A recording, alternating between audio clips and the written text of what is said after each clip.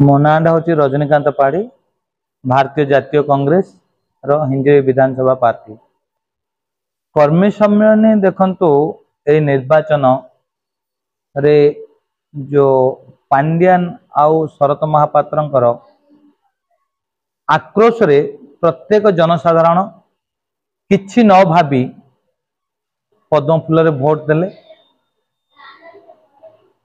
जा द्वारा आमे हारिलु।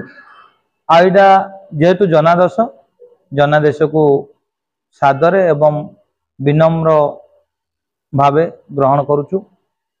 किंतु आपण जानचंती जेमिति दीर्घ दिन हला मु प्रत्येक दुर्नीति विरोध रे स्वर उत्तोलन करछि और लड़ाई करी आसुछि। मु निर्वाचन समय रे समस्त कहिथिली जे मोर युद्ध आरंभ होबो 21 तारिख ठारू 20 तारिख रे रिजल्ट डिक्लेयर होबो 21 तारिख ठारू मो कार्यक्रम आरंभ। सेही परिप्रेक्षी रे आज हमर निर्वाचन मंडल समस्त ग्रामरु कार्यकर्ता आछंती एवं एठी आमे निष्पत्ति कलु जे जेभली भाबे मद गोटे पानी नदी भलिया भासुची हिंजी निर्वाचन मंडल रे। उदाहरण स्वरूप आपण देखिबे दुर्बंध गोटे शिव मंदिर पाखरे मद दुकान, काटुरे कर्पेश्वर पाखरे मद दुकान गोटे अमृत दुकान हो जाइए। गोठ गाँव रे हनुमान मंदिर पाखरे मद दुकान, प्रत्येक जगार जो मद दुकान ये मद दुकान पड़ेंगे नहीं। प्रत्येक जगार मद गोटे अमृत बा जलधारा हो जाइए लोकंकर सेटा जा द्वारा जनसाधारण एवं मोर माँ मौसी माने कांदुचंती से मद बंद करिया पई एवं ए जो आपण कृपा सिंधु मुदुली जे नेची संतोषपुर पथारे बाली गुता नहीं एवं से बाली गुता से ब्राह्मण साहिर उठाउछंती। परवर्ती समय कहे कौन मु उठेनी नदी पानी पड़ाई से भाई आपण सुधाकर चौधरी 11,500 नहीं गुता सी को 50,000 उठेले सी बाली उठे चलती। पत्थर फुटाया कथा कहले न सरे। ये सब जिनस को नहीं आसंता 15 तारिख दिन आम कलेक्टर ऑफिस घेराव करूँ।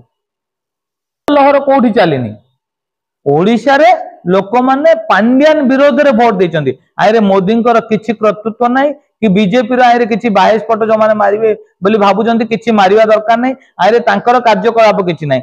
जदि कहबो हिंजे रे शरत महापात्र विरोधी वोट जाइछि एवं पांड्यान विरोधी वोट जाइछि। तेणु एमाने जदि कहबे निजको बेलज्जा भरी कहबे आर किछि मोदी लहरी किछि नहीं। जदि मोदी लहरी था स्मृति ईरानी हारंतानी, जदि मोदी लहर था उत्तर प्रदेश रे एते सीट माइनस करंतानी, जदि मोदी लहर था महाराष्ट्र हारंतानी, जदि मोदी लहर था बिहार रे हारंतानी। जेतु मोदी लहर कोठी नहीं ये सब चुच्छा बाह्य स्फोट मारिया किछि दरकार नहीं। एटा गोटे भूल क्वेश्चन। जेहेतु भिके पांड्यान अमित शाह डील थिला, जदि भिके पांड्यान अमित शाह डील नथिला ताहले ए जो बीजेपी वाला कहते आमे जितु जितु 24 घंटा भीतर भिके पांड्यान को अरेस्ट करू। बोध हुए आज गुड़ाए दिन हेलानी माने डिक्लेयर 4 तारिख रहला आज 7 तारिख हेलानी आके अरेस्ट करिवे बोली मते लागुनी। तेणु भिके पांड्यान बीजेपी सहित मिसिकी अछंती। भिके पांड्यान बीजेपी अलगा नहीं।